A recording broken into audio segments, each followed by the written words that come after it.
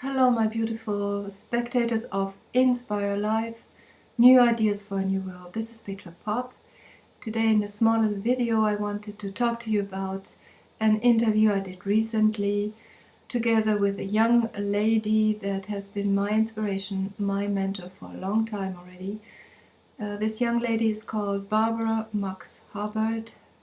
She's 84 years old. She has always been since the 60s already, when nobody even thought about it, a beautiful visionary for new evolution for humankind. She has been nominated candidate for vice presidency in the United States in '84, and now she works with the most enlightened and inspirational leaders in this world to find out the best strategy for human evolution. Now, she gave me the chance to interview her. However, in my euphoria, my excitement, I didn't press the button of the camera correctly, and I also missed to double check. I was just so happy that she would give me this interview. Now, all I have is the audio, and I want to put some pictures above it, but her message is so inspiring, so important, so I really wanted to share this with you. And my first question for her was, if you are like one of these persons that feel this little spark inside them to be an evolutionary in consciousness, and you don't know yet how to express it, how can you make it become a growing flame? How can you make this a purpose in your life and share it with others and live it fully and express it fully? So here's her answer. Enjoy this interview. It was a lot of fun for me. It was a very, very exciting moment, and I really wanted to share this with you now. So wish you all the best and talk to you soon. Bye bye.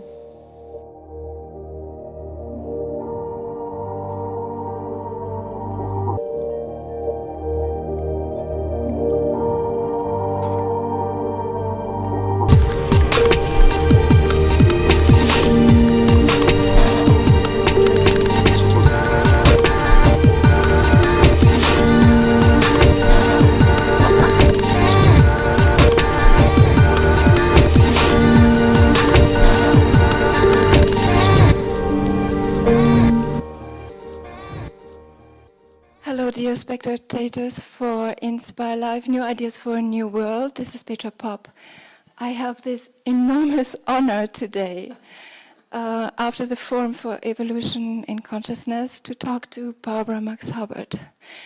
Barbara is my big example. She has been the initiator of my activity, and I'm very, very grateful to be able to have her at my side. Barbara, I know you have a little time only, but let me ask you two questions, please. My first would be, if you are an everyday life person, young person, a little older, and you don't have this spark, you don't feel the spark of evolutionary consciousness, and you say, what is wrong with me? Something is wrong. What can you do? What can you recommend to these persons and say, is there anything you could do if you have this desire to feel it more, and so you can put yourself into action? I was just in that position myself when I was the housewife with my 4 or 5 children. Yes. And I got depressed. And depression was being accepted. Like, oh, well, of course you're depressed. Most people I knew were slightly depressed. And I think I said today, I read Abraham Maslow, Toward a Psychology of Being. He started the humanistic psychology movement. And he discovered everyone who was happy, joyful, creative, and productive had one thing in common. He called it chosen work that you find intrinsically self-rewarding and of service to someone. Now, it can be anything, gardener, mother, futurist, writer, but the quality is you find something in yourself that when you do it, you're rewarded. And you seem to be serving somebody else. So when I first read that, I didn't know what I wanted to do because I was really, you might say, normally depressed. And so, but I knew enough that I'd have to find out what attracts me. Right. That's such a clue. You know, if you're lost, you want to find a clue. So the clue is what attracts you that if you could do more of it, you might feel excited. So you have to reach out. You have to read a book, call the author. You have to find an organization, join it. You have to see a friend, discuss it, until something attracts you enough to say, I'm going to do more of that, and see if you can find at least one other person to do it with. It's getting that impulse from within, and that gets inspired. Mm-hmm. Then you test it out. Now, it doesn't always work, but if you find somebody who really likes what it is that attracts you, you start to co-create. And you have organized this beautiful evolutionary organization where one can click on this beautiful wheel of co-creation that we can find on this internet site.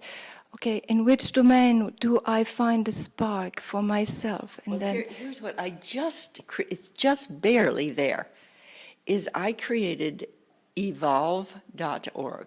So it has that wheel, and there's every function, health, education, economics, and so forth. We're going to put people who are already well known into there, and then we're going to create evolutionary community. So let's say you are interested. So what you do is you click on evolve.org and click on community. And then you write your name, your picture, and who you are and what you want to create. So the system is going to be designed to help you find others that want to create with you. And so we're going to do a contribution to co-creation. And ideally, the big wheel will have people who know what's working because they're masters in their field. So you're going to be not only creating what's inspiring you with 2 or 3 others, but you're going to be part of a wheel of large creativity. And I'm hoping that we can create a team to do this, where it's almost like a campaign for the world. We're very much looking forward to that. I think it's a beautiful, beautiful plan. And what do you feel is what humanity in its conscious evolution needs most right now in this present moment?